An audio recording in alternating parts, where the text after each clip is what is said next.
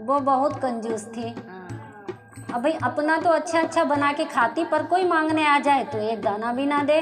और खूब धर्म करम दान नहीं करती, पूजा पाठ, और मंदिर जाएगी, जल चढ़ाएगी, फूल चढ़ाएगी, फल चढ़ाएगी, और सब वापस ले आती है समेट के। किसी को दान नहीं करती।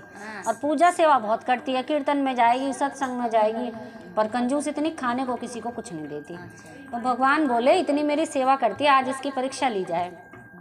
अब परीक्षा ली तो भगवान एक साधु का रूप लेके उसके दरवाजे गए।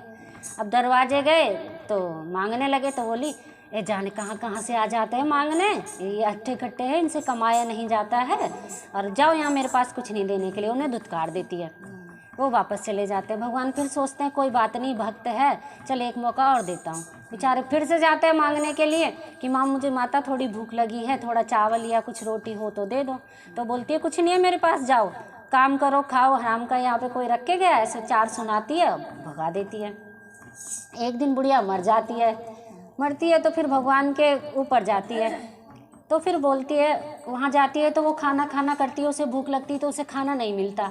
अब वह ढूंढती है, इधर ढूंढती है, फिर वही भगवान शिव गुरु साधु के रूप में मिलते हैं। तब उनसे बोलती है कि प्रभु एक बात बताओ, मैंने आपकी इतनी सेवा करी, भगवान के इतना जल चढ़ाया, फूल चढ़ाया, रोज़ सुबह मंदिर जाती, शाम को मंदिर जाती, आरती करती, जागरण में भी जाती, और अब देखो मेरे मरने के बाद मुझे खाना भी नहीं मिला है, ऐसी मुझसे कौन सी कमी रह गई।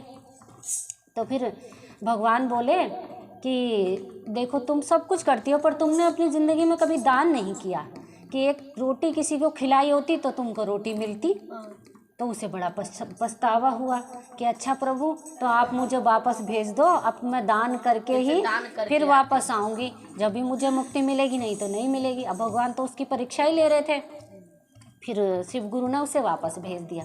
फिर वो वापस आई, फिर उसने भंडारा करा, फिर भूखों को खाना खिलाया, दान करे, और सबको बताया कि ऐसे ऐसे मेरे साथ हुआ। तो अपनी ज़िंदगी में सबको कुछ ना कुछ, अगर किसी को चप्पल दोगे तो आगे आपको चप्पल मिलेगी, किसी को छाता दोगे तो फिर आपको छाता मिलेगा।